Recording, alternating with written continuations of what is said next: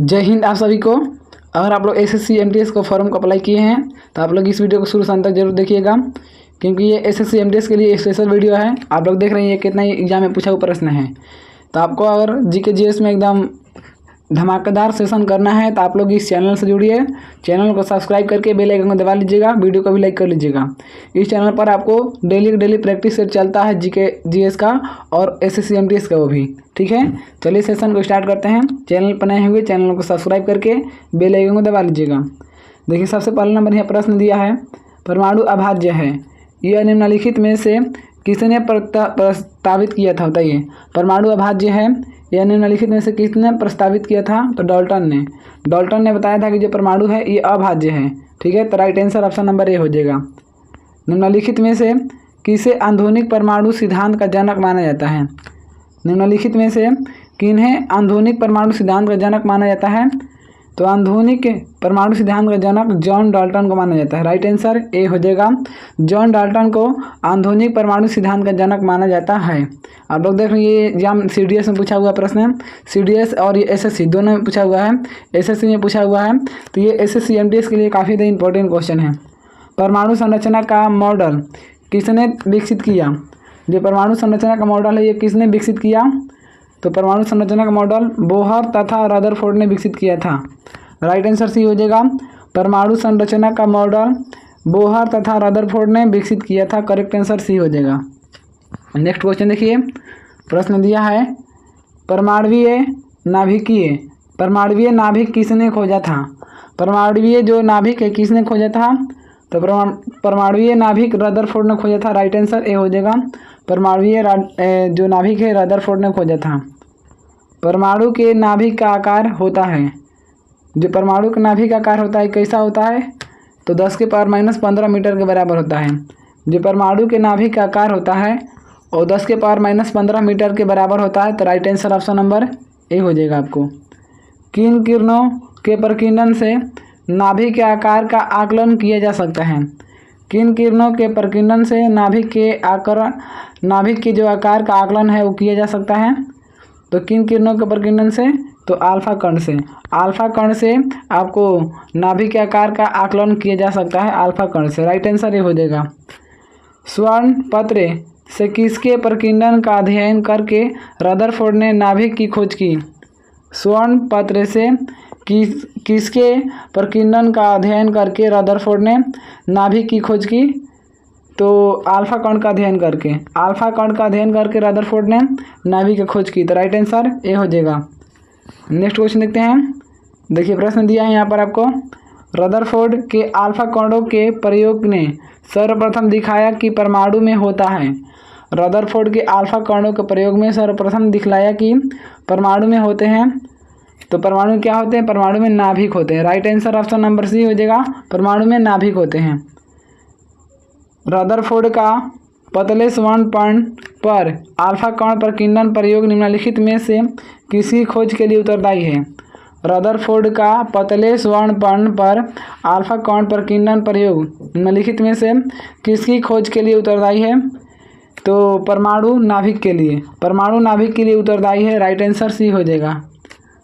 Rutherford के प्रकीर्णन प्रशिक्षण ने किसकी मौजूदगी की सिद्ध किया? रदरफोर्ड के प्रकीर्णन प्रशिक्षण ने किसकी मौजूदगी को सिद्ध किया? तो सिद्ध किया परमाणुओं में न्यूक्लियस की मौजूदगी को सिद्ध किया। राइट आंसर सी हो जाएगा। नेक्स्ट क्वेश्चन देखते हैं। देखिए प्रश्न दिया है, किसी पतली स्वर्ण पर्णिका यानी पन्नी से अल्फा कणों का प्रकीर्णन किसकी उपस्थिति का संकेत है? बताइए। करेक्ट क्वेश्चन, किसी पतली स्वर्ण पर्णिका यानी पन्नी से अल्फा कणों का प्रकीर्णन किसकी उपस्थिति का संकेत करता है? तो किसकी उपस्थिति का संकेत करता है?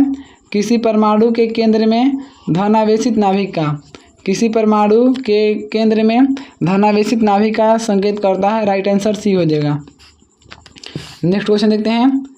देखिए प्रश्न दिया है, रदरफोर्ड के अल्फा कण प्रकीर्णन प्रयोग से निम्नलिखित में से कौन सा निष्कर्ष नहीं निकाला जा सकता है? एक बार रिपीट क्वेश्चन करते हैं कि रदरफोर्ड के अल्फा कण प्रकीर्णन प्रयोग से निम्नलिखित में से कौन सा निष्कर्ष नहीं निकाला जा सकता है। तो कौन सा निष्कर्ष नहीं निकाला जा सकता है। इलेक्ट्रॉन स्थिर ऊर्जा के वृत्तीय पथ पर गति करते हैं जिसे कक्षा कहते हैं। इलेक्ट्रॉन स्थिर ऊर्जा के वृत्तीय पथ पर गति करते हैं जिसे कक्षा कहते हैं। ये नहीं निकाला जा सकता है रदरफोर्ड के माध्यम से। तो राइट आंसर सी हो जाएगा। नेक्स्ट क्वेश्चन देखिए, प्रश्न दिया है नाभिक की खोज के लिए रदरफोर्ड ने जब धातु के पतले पत्र पर अल्फा कणों की बौछार की तो क्या हुआ। क्वेश्चन कर रहा है कि नाभिक की खोज के लिए रदरफोर्ड ने जब धातु के पतले पतरे पर अल्फा कण का पूरा बौछार कर दिया तो फिर क्या हुआ। तो आपको अधिकांश अल्फा कण धातु की पन्नी को बिना विक्षेपण के पार करके चले गए। जो अधिकांश अल्फा कण है वो धातु की पन्नी को बिना विक्षेपण के पार करके ही ऐसे ही चले गए। राइट आंसर ऑप्शन नंबर यहाँ पर आपको करेक्ट आंसर ये हो जाएगा ए। नेक्स्ट क्वेश्चन देखिए, कर प्रश्न नाभिक के धनावेशित होने की खोज की थी। तो नाभिक के धनावेशित होने की खोज किसने की थी। तो राइट आंसर हो जाएगा आपका रदरफोर्ड ने। जो रदरफोर्ड है आपका नाभिक के धनावेशित होने की खोज की थी रदरफोर्ड। देख रहे हैं आप लोग रदरफोर्ड। तो right answer option number B हो जाएगा। नेक्स्ट क्वेश्चन देखते हैं, एक परमाणु के कितने आधारभूत अवयव कौन से हैं। एक परमाणु के 3 आधारभूत अवयव कौन से हैं।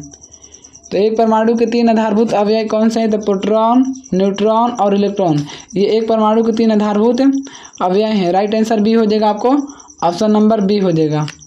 परमाणु के नाभिक में निम्न कण होते हैं। परमाणु के नाभिक में कौन सा कण होते हैं। तो परमाणु के नाभिक में प्रोटॉन और न्यूट्रॉन होते हैं। राइट आंसर ए हो जाएगा, परमाणु के नाभिक में प्रोटॉन और न्यूट्रॉन होते हैं। देख रहे हैं अपने एसएससी बीपीएससी एग्जाम में पूछा हुआ प्रश्न। नेक्स्ट क्वेश्चन देखते हैं, परमाणु में कौन से मूल कण समान संख्या में स्थित होते हैं। परमाणु में कौन से मूल कण समान संख्या में स्थित होते हैं। तो समान संख्या में स्थित आपको होते हैं इलेक्ट्रॉन और प्रोटॉन। ये परमाणु में समान संख्या में स्थित होते हैं इलेक्ट्रॉन और प्रोटॉन। राइट आंसर बी हो जाएगा। निम्नलिखित में से कौन एक अस्थायी कण है, बताइए कौन सा एक अस्थायी कण है। तो न्यूट्रॉन, न्यूट्रॉन एक जो है ना ये अस्थायी कण है। राइट आंसर सी हो जाएगा। निम्नलिखित में से कौन एक आवेश रहित कण है। आवेश रहित का मतलब उस पर आवेश नहीं है। कौन सा ऐसा कण है। तो न्यूट्रॉन, न्यूट्रॉन जो होता है ये आवेश रहित कण होता है। करेक्ट आंसर सी हो जाएगा। नेक्स्ट क्वेश्चन देखते हैं, देखिए अभी प्रैक्टिस सेट पहला है और अब इससे आगे वाला प्रैक्टिस से देखना चाहते हैं कृपया करके चैनल से जुड़ जाइएगा। आपका एसएससी एमडीएस का तैयारी बहुत बेहतर हो जाएगा, ठीक है, बेस्ट हो जाएगा, इसलिए चैनल से जुड़िएगा जरूर। निम्नलिखित में से कौन सा एक किसी तत्व के परमाणु क्रमांक को सबसे सही निर्धारित करता है। निम्नलिखित में से कौन सा एक किसी तत्व के परमाणु क्रमांक को सबसे सही निर्धारित करता है। तो सबसे सही निर्धारित कौन करता है। प्रोटॉनों की संख्या करता है। राइट आंसर ये हो जाएगा, प्रोटॉनों की संख्या ये परमाणु क्रमांक को सबसे सही निर्धारित करता है, प्रोटॉनों की संख्या। तो राइट आंसर ये हो जाएगा। वर्ष 1897 में इलेक्ट्रॉन की खोज किसने की थी। वर्ष 1897 में इलेक्ट्रॉन की खोज किसने की थी। तो इलेक्ट्रॉन की खोज किए थे जे थॉमसन ने। राइट आंसर ए हो जाएगा। 1897 ईस्वी में इलेक्ट्रॉन का खोज हुआ था और वो भी जे थॉमसन ने किए थे। तो राइट आंसर ए हो जाएगा। नेक्स्ट क्वेश्चन देखिए, प्रश्न कह रहा है सबसे पहले इलेक्ट्रॉन के आवेश का सफलतापूर्वक निर्धारित किसने किया। सबसे पहले इलेक्ट्रॉन के आवेश का सफलतापूर्वक निर्धारित किसने किया। तो यहाँ पर आपको राइट आंसर हो जाएगा, आपका ऑप्शन नंबर डी हो जाएगा, कूलाम ने। कूलाम ने सबसे पहले इलेक्ट्रॉन के आवेश के बारे में बताया था सफलतापूर्वक। Right answer D. निम्नलिखित में से वह कण कौन सा है जो ऋणात्मक रूप से आवेशित होता है। वह कण कौन सा है जो ऋणात्मक रूप से आवेशित होता है। तो उसको बोलते हैं इलेक्ट्रॉन। राइट आंसर डी हो जाएगा, इलेक्ट्रॉन बोला जाता है। देख लीजिए आप लोग एसएससी ये सब एसएससी के लिए वीडियो रामबाण है। जितना वीडियो आएगा प्रैक्टिस सेट सब के सब रामबाण रहेगा, ठीक है। इलेक्ट्रॉन के तरंग प्रकृति की खोज सर्वप्रथम किसने की थी। इलेक्ट्रॉन के तरंग प्रकृति की खोज किसने की थी। तो इलेक्ट्रॉन के तरंग प्रकृति की खोज डी ब्रोगली ने की थी। राइट आंसर बी हो जाएगा, इलेक्ट्रॉन के तरंग प्रकृति की खोज डी ब्रोगली ने की थी। राइट आंसर बी हो जाएगा। एक इलेक्ट्रॉन पर कितना आवेश होता है? एक इलेक्ट्रॉन पर कितना आवेश होता है? तो -1.6 गुने 10⁻−19 कूलम होता है। -1.6 गुने 10⁻−19 कूलम होता है एक इलेक्ट्रॉन पर। और एक प्रोटॉन पर पूछेगा तो प्रोटॉन पर प्लस हो जाता है, एक प्लस में 1.6 गुने 10⁻−19 कूलम। ठीक है, इलेक्ट्रॉन पूछ रहा है तो इलेक्ट्रॉन के लिए राइट आंसर ए हो जाएगा। निम्नलिखित में किन कणों में कणीय तरंग की द्विप्रकृति पाई जाती है? निम्नलिखित में किन कणों में कणीय तरंग की द्विप्रकृति पाई जाती है? तो कणीय तरंग की द्विप्रकृति इलेक्ट्रॉन में पाई जाती है। राइट आंसर सी हो जाएगा। निम्नलिखित में से किन कणों में कणीय तरंग की द्विप्रकृति पाई जाती है? तो इलेक्ट्रॉन की। ठीक है, नेक्स्ट क्वेश्चन देखिए, कह रहे प्रश्न यहाँ पर, किसी परमाणु में परिक्रमण कर रहे किसी इलेक्ट्रॉन की कुल ऊर्जा क्या होता है? किसी परमाणु में परिक्रमण कर रहे किसी इलेक्ट्रॉन की कुल ऊर्जा क्या होता है? तो किसी इलेक्ट्रॉन की कुल ऊर्जा होता है सादा धनात्मक होती है। राइट आंसर डी हो जाएगा। किसी परमाणु में इलेक्ट्रॉन परिक्रमण कर रहे किसी इलेक्ट्रॉन की कुल ऊर्जा सादा धनात्मक होती है। तो राइट आंसर डी हो जाएगा। प्रोटॉन की खोज किसने की? प्रोटॉन की खोज किसने की? तो गोल्डस्टीन ने। राइट आंसर ए हो जाएगा। प्रोटॉन की खोज गोल्डस्टीन ने की। Correct answer A. प्रोटॉन पर आवेश के बारे में आवेश के बराबर है, बताइए। प्रोटॉन पर आवेश किसके आवेश के बराबर है? तो यहाँ पर आपका राइट आंसर हो जाएगा एक अल्फा कण के बराबर है। जो प्रोटॉन पर आवेश होता है ना, ये अल्फा कण के बराबर होता है। अल्फा कण पर आवेश के बराबर होता है। जितना अल्फा कण पर आवेश होता है उतना प्रोटॉन पर होता है। इसलिए प्रोटॉन पर जो आवेश होता है अल्फा कण के आवेश के बराबर होता है। नेक्स्ट क्वेश्चन देखते हैं। देखिए प्रश्न दिया है, ऋणावेशित परमाणु ऋणायन में प्रोटॉनों की संख्या क्या है? ऋणावेशित परमाणु ऋणायन में प्रोटॉनों की संख्या क्या है?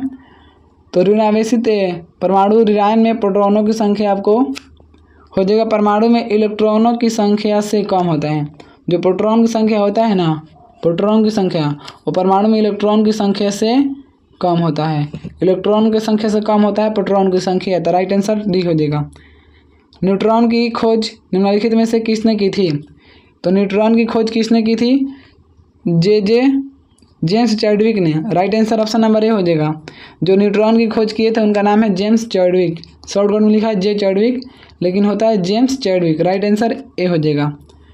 नेक्स्ट क्वेश्चन देखिए, न्यूट्रॉनों के गुणधर्मों के संबंध में निम्नलिखित में से कौन सा कथन सही नहीं है? न्यूट्रॉनों के गुणधर्मों के संबंध में निम्नलिखित में से कौन सा कथन सही नहीं है? तो कौन सा कथन सही नहीं है? तो न्यूट्रॉन परमाणविक नाभिक के चारों ओर चक्कर लगाते हैं, ये सही नहीं है। जबकि इलेक्ट्रॉन चारों ओर चक्कर लगाते हैं। यहाँ पर कह रहे हैं न्यूट्रॉन परमाणविक नाभिक के चारों ओर चक्कर लगाते हैं, तो ये गलत है। लेकिन ये क्वेश्चन के अनुसार ये राइट आंसर है। करेक्ट आंसर डी हो जाएगा। निम्नलिखित में से किस परमाणु के नाभिक में न्यूट्रॉन नहीं होता है? किस परमाणु के नाभिक में न्यूट्रॉन नहीं होता है? तो हाइड्रोजन परमाणु के नाभिक में न्यूट्रॉन नहीं होता है। तो right answer option number B हो जाएगा। जो हाइड्रोजन परमाणु होता है ना, उसके नाभिक में न्यूट्रॉन नहीं होता है। Right answer option number B हो जाएगा। तो देखिए ये सेशन यहीं तक समाप्त होता है। आप लोग देख रहे हैं कितना इंपॉर्टेंट क्वेश्चन है, आपको हर बार एसएससी के एग्जाम में पूछा हुआ प्रश्न है। तो अगर आप लोग और ऐसे वीडियो चाहते हैं तो आप लोग कृपया करके चैनल से जरूर जुड़िएगा। चैनल को सब्सक्राइब करके बेल आइकन को दबा लीजिएगा। वीडियो को भी लाइक कीजिए और खूब ज़्यादा से ज़्यादा हो सके तो शेयर कीजिए। और आप लोग कमेंट करके जरूर बताइएगा कि आप कौन से राज्य से फॉर्म का अप्लाई किए हैं। ठीक है, तो आप लोग ऐसे वीडियो देखना चाहते हैं, आप लोग चैनल से जुड़िए। देख रहे हैं ना, ये प्रैक्टिस सेट आप डेली आपको चलेगा। तो प्रैक्टिस सेट आप डेली लगाइए और अपने एसएससी एमटीएस के लिए मजबूत हो जाइए। ठीक है, चलिए वीडियो यहीं तक समाप्त होता है। आप सभी को वीडियो देखने के लिए बहुत बहुत धन्यवाद।